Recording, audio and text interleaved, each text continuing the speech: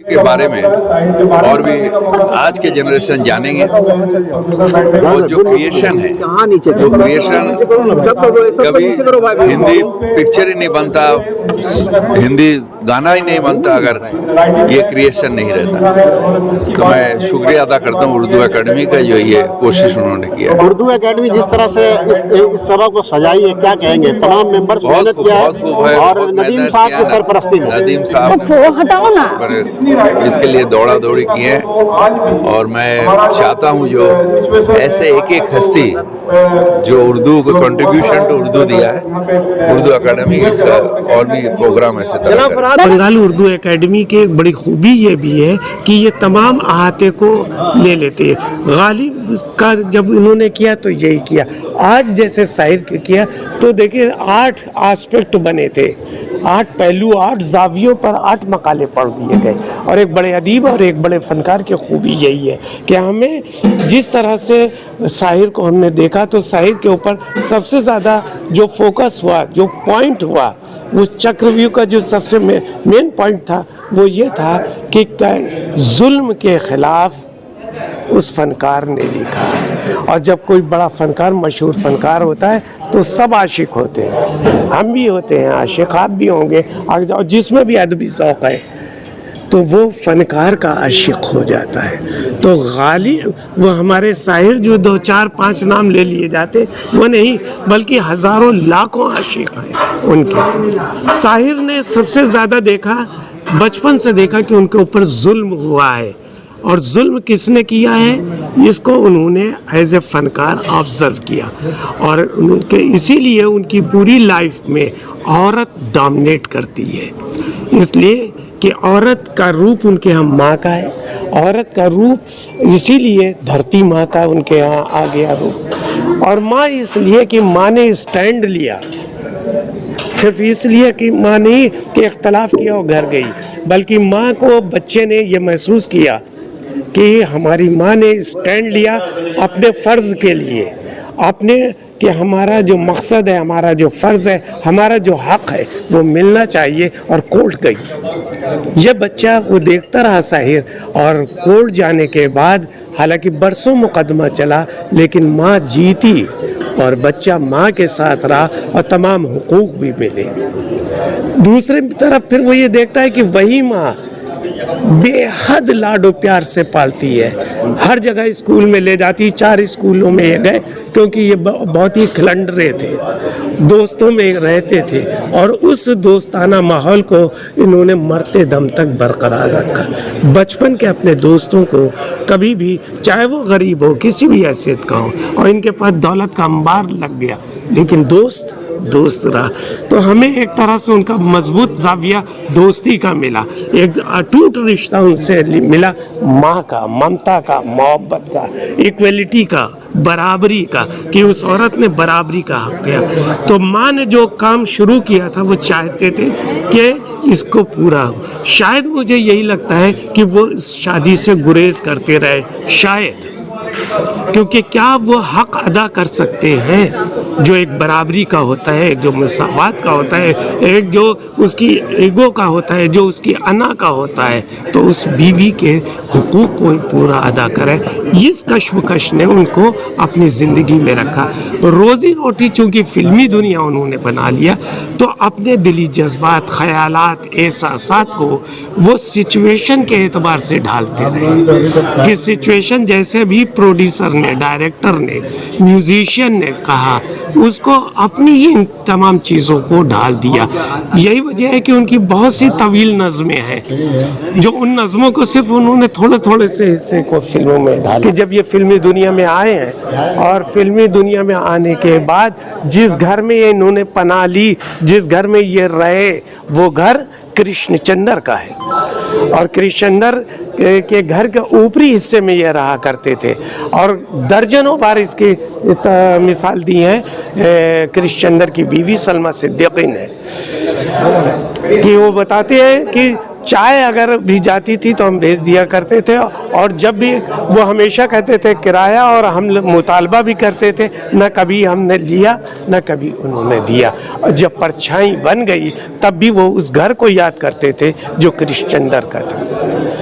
तो उसमें हो सकता है कि किसी ने अफसानवी अंदाज दे दिया हो, उनके तमाम दोस्तों में सब चीज़ें ऑथेंटिक नहीं हो सकती। आप देखिए ये कि पहला मजमुआ 22 साल की उम्र में कंप्लीट कर रहा है, 23 साल की उम्र में वो आ रहा है रिव्यू के लिए बॉम्बे में, और उस पर जो रिव्यू कर रहा है वो है कैफी आज़मी। 22 साल की उम्र में उन्वान रख रहा है तलखियाँ, कहाँ रोमांस है। दूसरा मजमूआ 10 साल के बाद उसका आता है परछाइयाँ, जो बेहद मशहूर है, और फिर उसका आखिरी मजमूआ है बंजारा। तो इस इंसान के जिस तरह से उसने लिया है अपने मजमूओं में और अपनी चीज़ों में, वो कहीं देखिए फिर भी वो इंसान है। हो सकता है कि हमारे मुताले में चीज़ें नहीं रही हो, इंसान है, लेकिन हमें इंसान की उन खूबियों को देखना चाहिए। आप क्यों आशिक हैं उसकी, हम क्यों आशिक हैं, हज़ारों आज भी नई नस्ल के लोग क्यों आशिक हैं? क्योंकि ऐसा लगता है कि जो कुछ फनकार ने, कुछ भी फील्ड का हो, फनकार ने जो कहा है वो उसका कहा हुआ हमारे दिल को छू रहा है, हमारे लाशऊर को छू रहा है। तो अनकॉन्शियस में जो हमारी चीज़ें होती हैं, जब वो टच होती हैं तो वो चीज़ें हमें अपने बहुत करीब लगती हैं। और शायर की ये बड़ी खूबी थी कि वो हमारे अनकॉन्शियस से मिल जाता था, वो हमारे अपने फीलिंग को जैसे लगता था कि उसने हमारे ढाल दिया। बड़ा फनकार वही होता है कि जो सिंपल उर्दू एकेडमी एक बड़े कारनामे को अंजाम देती है कि जैसे मकाले का सिस्टम खत्म होता है, इसमें तमाम मकाले को किताबी शक्ल।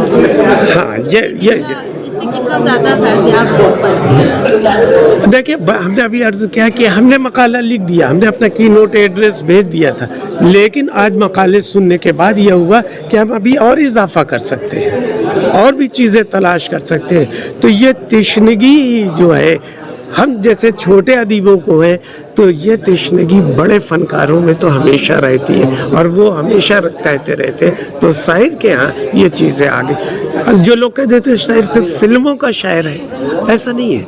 फिल्म तो उसकी रोज़ी रोटी है, और उसने उस फिल्म को भी वो वक़ार अता कर दिया, वो मकाम अता कर दिया कि वहाँ पर शायरी उस तरह से आ रही है। तो हम उसे उसके रकीबों के ताल्लुक़ से भी देख लें, उनके जहाँ चश्मखाना रवैया होता कलीग्स के ताल्लुक़ से, तो कैफी आज़मी बेपनाह तारीफ़, पहला मोनोग्राफ लिख दिया। अली सरदार जाफरी बेपनाह तारीफ़ करते हैं, शकील बदायनी बेपनाह, राजा मेहंदी अली ख़ां बेपनाह तारीफ़ करते हैं। तो ये तारीफ़ का जो सिलसिला है वो हमेशा बरकरार रहा, और उसकी अपनी ईगो, अपनी अना भी बरकरार रही। और उसके लिए तो ये भी ये खुद सेक्रेटरी साहिबा और हमारे ये दबीर साहब, ये लोग और ख़ुद इसके जितने भी इंतज़ामिया में शामिल है कि ये कम से कम इसका एहतमाम इंतज़ाम करते हैं कि नई नस्ल को हम उस फनकार के ज़रिए हर ज़ाविये से पेश कर दें, मौसीकी के ज़रिए, ड्रामे के ज़रिए, फिल्म के ज़रिए, कहानी के ज़रिए, नावल के ज़रिए, यानी जो भी पहलू हो हम उसको कर दें। ये बहुत बड़ी बात है। देखिए, तरही मुशायरों से ही नई नस्लों की तरबियत होती है, तरही मुशायरों से ही हमारी शायरी का मेयार बनता है। उसमें जब एक वज़न पे, एक बहर में, एक रदीफ़ में और काफ़िए में जब मुख्तलिफ़ काफ़ियों का खेल शुरू होते हैं, तो बग़ैर तरही मुशायरों के जो है वो बड़ी शायरी और मेयारी शायरी नहीं हो सकती है। और ये अलग बात है कि अब वो नशिस्तों में सिमट आई है, लेकिन आज मगरबी बंगाल उर्दू एकेडमी ने यह साबित कर दिया कि वो जो छोटे छोटे घरों की नशिस्तें होती हैं, आलमी सतह पर भी बड़े मुशायरे तरही तौर पर किए जा सकते हैं। और साहिर लुधियानवी को खराज अक़ीदत का ये बहुत बड़ा तरीक़ा था। मुझे लग रहा है उनके शायर निशान जैसे सेमिनार हुए हैं और जैसे और भी उनके हमारे इवेंट हुए हैं और जो मुशायरा हुआ है वो साहिर को वाकई खराज अक़ीदत है। साहिर शनासी का नया डिस्कोर्स शुरू होगा जब ये किताबें शाये होकर आ गई हैं। और अब साहिर को जो अवामी शायर था, यानी वो रवायत जो नज़ीर अकबराबादी से शुरू हुई थी, सौदा और हमारे ज़ौक़ की जो रवायत है वो तो अपनी जगह पे है, लेकिन जो एक खेत खलियान का इंसान, एक गरीब इंसान, एक मजदूर इंसान, एक औरत के साथ जो मसाइल, बच्चे के साथ जो मसाइल हैं, जो बीवी के साथ मसाइल हैं, माँ के साथ मसाइल मसाइल हैं, इस तरह के जो मसाइल हैं उनको अगर जब हम सामने रखेंगे तो उसका एक बड़ा शायर जिसने तर्जुमानी की है वो साहिर मैंने लुधियानवी देखा है। कि निजामत में आप एक जादूगर साबित हुए, एक जादूगर। कहीं क्या ये नहीं लगता कि जब एक निजामत करते हैं तो एक जो शोरा होते हैं उनको कुछ जो है शोरा होने के बावजूद उनको ये नहीं मिल पाती? नहीं, असल में निजामत जो है वो, आप तो जादूगर की बात है कि कलकत्ता, तो खुद ही कलकत्ते वाले अगर मुझे जादूगर कह रहे हैं तो बड़ी बात है, वरना कलकत्ते का जादू तो मेरे ऊपर असर किए हुए है। और मैं क्या, साहिर भी कलकत्ते के ऊपर, बंगाल के ऊपर नज्म कहते थे, मगर आज जो है वो साहिर का जादू जो है वो बंगाल पे चल गया है। असल में ये होता है कि शुअरा भी सब होते हैं मगर मौका महल की बात होती है। मुझे लग रहा है कि साहिर लुधियानवी भी कहा करते हैं कि ताजमहल उतनी बड़ी चीज़ नहीं है, मौका महल जितनी बड़ी चीज़ है, इसलिए ताजमहल को देखे बगैर उन्होंने जो है वो ताजमहल पे इतनी शानदार नज्म कर दी। तो ये जो पूरा एक किला तैयार होता है, जो महल तैयार होता है, उसमें कौन सी ईंट कब कहाँ कैसे रखी जाए, इसी का नाम निजामत है। वो तरतीब बिगड़ जाए तो पूरा मुशायरा जो है वो ख़राब हो जाता है। और ख़ास तरीके से तरही मुशायरे के लिए तो बहुत बड़ा चैलेंज था। मैं आपसे बताऊं, आप मुझे जादूगर कह रहे हैं मगर मेरा दिल अंदर से कितना, आपने जो मेरे अंदर की बात पकड़ ली, वो बड़ा परेशान था कि आलमी सतह का इतना बड़ा मुशायरा, इतनी ह्यूज गैदरिंग का। देखिए, एक वो नशिस्त होती है, तरही मुशायरे वहाँ कामयाब होते हैं जहाँ सामने वाले को आप पहचान लें, यानी 100 की बद तक। लेकिन जहाँ 100 के बाद से सरों की गिनती शुरू होती है और वहाँ हम आखिरी वाले आदमी को नहीं पहचानते, वहाँ पे तरही मुशायरा कामयाब कराना, ये मेरी निजामत के लिए बहुत बड़ा चैलेंज था। मगर खुदा का शुक्र है, अगर काफ़ी अच्छी हुई तो आप मुझे 100 नंबर दे रहे हैं। इतना खूबसूरत जो है लफ्ज़ कहाँ से लाते हैं ये आप? बराबर देखता हूँ कि लफ्ज़ों से आप खेलते हैं, ये खूबसूरत लफ्ज़ कहाँ कहाँ से लाते हैं और अचानक दिमाग में कैसे आते हैं? भाई, अब ये तो मैं क्या बताऊं, लफ्ज़ आते हैं, मैं नहीं ढूंढने जाता। तो मुझे लग रहा है यही है कि असल में वो जो सिचुएशन होती है उसके तहत लफ्ज़ पैदा होते हैं। यही लफ्ज़ अगर आप इस सिचुएशन को याद करके कोई कहीं इन्हीं लफ्ज़ों को इस्तेमाल करेगा तो वो बात नहीं होगी। वो जो बरजस्ता गोई कहते हैं, हाजिर जवाबी कहते हैं, हाजिर दिमागी कहते हैं, जिसको आप कहते हैं कि हालात के तहत जो है वो जवाबुल जवाब जो होता है, मंजर से मंजर कैसे पैदा होता है, बात से बात कैसे पैदा होती है, लफ्ज़ से लफ्ज़ कैसे बनते हैं, लफ्ज़ याद कैसे बनते हैं, याद हाफिज़ा कैसे बनती है, हाफिज़ा ज़हानत कैसे बनती है, ज़हानत शेर कैसे बनता है, शेर पैकर कैसे बनता है, पैकर परछाई कैसे बनती है, परछाई जिस्म कैसे बनती है, लफ्ज़ जो है वो माना कैसे बनते हैं, माना लफ्ज़ कैसे बनते हैं, रिदम कैसे बनता है, ख्याल कैसे बनता है। तो ये सारी चीज़ें जब बन जाती हैं तो वो लफ्ज़ भी पैदा हो जाते हैं, वरना लफ्ज़ तो बेजान होते हैं। शायर का ये तरही मुशायरा मुतशायरों के लिए कितना ज़्यादा भारी पड़ा है? मुझे लग रहा है कि ये शायरों के लिए भारी नहीं पड़ा हो मगर मोता शायरों के लिए तो भारी पड़ ही गया। मुझे लग रहा है कि बहुत सारे लोग कन्नी काट जाएंगे और ऐसे मुशायरों में नहीं आएंगे। और मुझे लग रहा है यही साहिर की जो असल विजन है उसको मिशन बनाने का बेहतरीन तरीका है कि तरही मुशायरे कीजिए तो जो जेन्युइन शायर है वो आएगा और जो मोता शायर है वो गायब हो जाएगा। मगर कलकत्ते वालों को मैं सलाम अर्ज़ करता हूँ कि अगर शायर जो है और मोता शायर में फ़र्क है तो सामे और मुतासामे में भी फ़र्क है। यहाँ शायर तो शायर, आज के इस मुशायरे में कोई मुतासामे भी नहीं था, सब सच्चे सामे थे। वेस्ट बंगाल उर्दू अकेडमी जो इस तरह से एक रिवाज को फिर से कायम की है तरही मुशायरे के सिलसिले में, क्या लग रहा है कि क्या आज से ये रिवाज फिर से चल पड़ेगा जो बीच में ब्रेकअप हो गया? हाँ, नहीं, बीच में मगर मगरबी बंगाल की ये रवायत रही है, इसने नहीं ब्रेकअप किया था। मुझे याद है मैं यहीं पे 2018 में जब गालिब सदी में तकरीबात मनाई जा रही थी तो गालिब पर जो है वो तरही मुशायरा किया गया था और आलमी किया गया था और कामयाब हुआ था। लेकिन इतनी ह्यूज गैदरिंग, इतना बड़ा जो हाल जो है वो धनु हाल जो है वो इस तरह से वो नहीं था। वो तो मदरसा आलिया का मुशायरा था मगर फिर भी ये जो है वो भी मुशायरा था। मुझे लग रहा है कि अब दूसरी एकेडमीज जो हैं वो मगरबी बंगाल एकेडमी से सबक लेंगी और वो भी इस रवायत को आगे बढ़ाएंगी। मगर ये 3 रोज़ा प्रोग्राम साहिर की जिंदगी को या साहिर के पूरे लाइफ को लबोलबाब को पूरे तौर पर समेट चुकी है, ये और भी साहिर पर काम करने की जरूरत है। कि साहिर की कव्वालियों पर भी सेमिनार आए, भजन पे भी सेमिनार आए, साहिर के यहाँ जो रिश्तों का रख रखाव है उसके ऊपर भी जो है वो मकाले आएँ। तो इंशाल्लाह ये आएंगे मगर फिर भी जब ये किताबें सब सिमट के आएंगी तो अगर ये थोड़ी सी तशनगी रह भी जाए तो हर चीज़ वही अच्छी होती है जो थोड़ी सी छूट जाए। लेकिन जितना कुछ आज हो गया है साहिर के लिए इतना अभी तक नहीं हुआ था। साहिर शनासी का इतना तफसीली अमल जो है वो कभी हमारे सामने नहीं आया था जितना मगरबी बंगाल उर्दू एकेडमी के जरिए हमारे सामने आया। बंगाल वासियों के लिए क्या पैगाम है सर आपका? बस जिंदाबाद बंगाल, पाइंदाबाद बंगाल, बंगाल ऐसे ही झूमता रहे, मुस्कुराता रहे, चहकता रहे, महकता रहे और हमारी तहजीबी रिवायात को एक्सिलरेट करता रहे। साहिर को आप किस नजरिए से लेते हैं, आप किस हिसाब से उनको लाइक करते हैं? बस साहिर का मतलब ही जादूगर होता है तो हम बहन कहेंगे क्या। वो बड़े शायर थे, वो उनको जो अदब में जो मुकाम मिलना चाहिए था वो शायद नहीं। किसी की शोहरत कभी कभी जो है वो उसकी असली हैसियत पर गालिब आ जाती है, तो उनकी फिल्म जो है वो उनके इल्म पे हावी हो गई। गुफ्तगू में साहिर के बारे में के तमाम पहलुओं पर बातचीत हुई और हमारे साथ कई सारे नामी गिरामी अदीब सब थे यहाँ पर, और सब लोगों ने अपनी अपनी बात रखी, अपने अपने अनुभव, अपनी अपनी चीज़ें जो जानते थे वो, क्योंकि साहिर के तमाम पहलू हैं जो जिनके बारे में लोगों तक हम पहुंचाना चाहते हैं।